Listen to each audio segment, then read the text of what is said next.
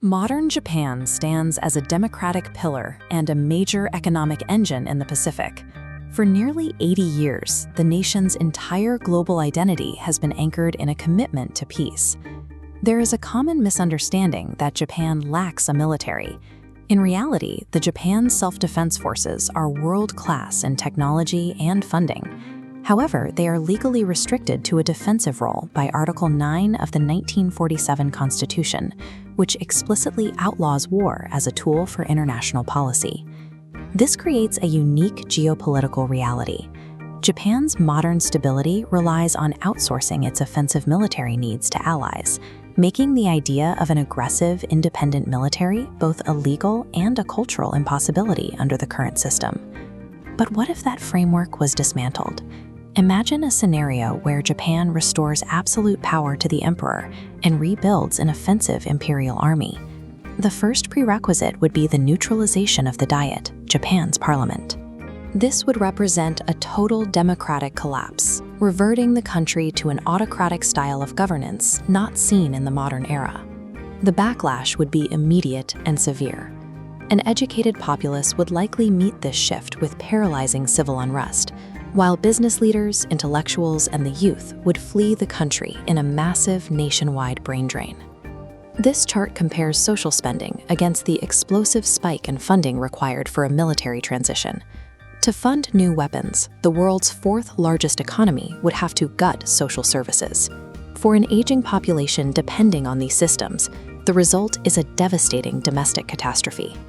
Ultimately, an imperial Japan would have to wage a destructive war against its own society and economy before it could ever hope to project power abroad. If the state survived that internal collapse, the military objective would pivot from territorial defense to what strategists call power projection, the ability to strike targets far beyond its own shores.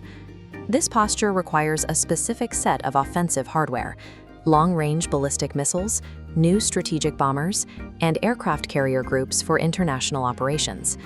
Breaking away from the international security order would also create an incentive for Japan to utilize its existing technical expertise and material stockpiles to cross the nuclear threshold. Developing an independent nuclear deterrent would likely become a central, if volatile, pillar of this new military strategy. This pyramid shows the demographic hurdle Japan faces. Rebuilding a massive standing army requires reinstating a mandatory draft. But as the bottom of the pyramid shrinks, the math becomes impossible. Pulling the remaining youth into service would hollow out the nation's workforce. Without a viable workforce to sustain the economy, the military transformation would be mathematically and logistically unviable. Shifting focus to the Asia-Pacific, Japan's unilateral move would instantly awaken the historical trauma left behind by the actions of the former empire. Beijing would view the shift as an imminent existential threat, likely responding with a highly aggressive military posture of its own. This strategic shift would likely involve the further militarization of disputed zones like the Senkaku Islands, a move aimed at physically choking off Japanese maritime access. South Korea would also be forced to act. Given the memories of the brutal occupation from 1910 to 1945, Seoul would likely sever all diplomatic ties with Tokyo.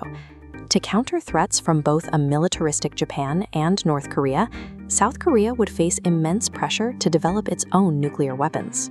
North Korea would exploit the chaos to justify its own nuclear expansion, likely increasing provocative missile tests over Japanese territory. Meanwhile, Southeast Asian nations like the Philippines and Indonesia would likely abandon trade partnerships in favor of forming new, strictly defensive military coalitions. This creates a security dilemma.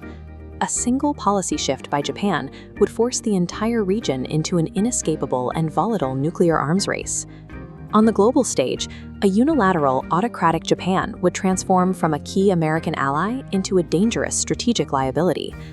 The fractured alliance would lead to a rapid withdrawal of United States forces, forcing the U.S. to abandon the massive infrastructure of bases like Kadena. Ironically, in an attempt to reclaim absolute independence, Japan would destroy the very security umbrella that allowed it to thrive for nearly a century. The global community would respond with widespread condemnation. This consensus would likely lead to immediate international isolation.